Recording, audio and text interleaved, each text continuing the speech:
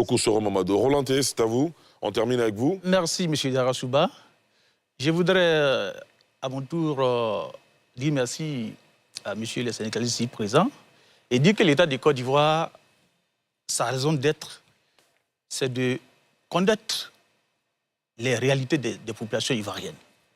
Et depuis, je vais dire, 2021 pratiquement, l'État a initié des programmes sociaux, PSGouv 1, PSGouv 2, qui met l'homme au cœur des politiques publiques. Rien n'est fait en dehors de l'homme. Tout ce qui se fait, que ce soit à la fonction publique ou encore dans le secteur privé, c'est pour le bien-être des Ivoiriens. Et nous ne menons aucun effort pour qu'il en soit ainsi. Je veux donc rassurer, au nom donc de nos différents patrons, nos amis syndicalistes ici présents, que l'inspection du travail est là véritablement pour servir de rempart contre l'arbitraire. La question qu'on pourrait se poser, c'est de savoir si elle n'avait pas existé, quel serait le monde du travail? Quand on regarde l'histoire, on sait comment cette décision est née. Avec la révolution industrielle, c'était, je vais dire, des industriels où les gens travaillaient à tue-tête, sans repos, où les droits n'étaient pas respectés. Vendredi, on a fêté la fête du travail. Mais au prix de lutte, aujourd'hui, on est arrivé à une situation où les droits des travailleurs sont reconnus. On est bien et c'est d'accord. l'inspection du travail qui est justement là pour pouvoir veiller sur ces droits-là. Pour veiller sur cet équilibre qui doit exister entre les employeurs et les travailleurs. Et nous sommes là. Toutes les difficultés qui nous sont différées, toujours solution à la lumière du droit et dans la mesure du possible. Il n'y a pas lieu de désespérer. Merci beaucoup. Je vous remercie. Merci beaucoup, M. Roland T. M.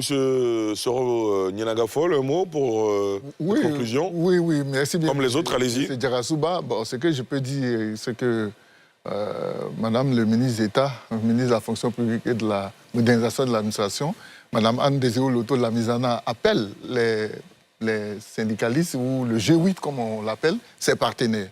C'est dire qu'on est dans une autre dimension, on est dans une autre approche des relations de travail, que ce soit dans le secteur privé ou le secteur public. Mais en ce qui concerne le secteur public, l'idée est de faire en sorte que le secteur public soit toujours dynamique et soit capable de délivrer un service public de qualité aux citoyens. Et ça, c'est la ligne directrice, c'est la vision du chef de l'État. Et pour arriver à cette vision, à la matérialisation de cette vision, on a besoin de fonctionnaires compétents, bien formés, bien outillés, mais aussi, disons, qui vivent dans des conditions sociales, matérielles acceptables pour leur permettre de délivrer ce service public de qualité. Et ça, c'est une prise de conscience qui ne date pas d'aujourd'hui, mais aujourd'hui, effectivement, le gouvernement, avec l'aide des syndicalistes, adresse la question de manière méthodique, en faisant en sorte que ce qui peut être réalisé dans l'immédiat le soit, et c'est ce qui a été fait pour certaines revendications, et ce qui paraît un peu plus lourd prend le temps de l'analyse, parce que tout est une question de responsabilité et de soutenabilité. Donc si on prend une décision aujourd'hui, ce n'est pas pour la remettre en cause dans 1 an ou dans 2 ans.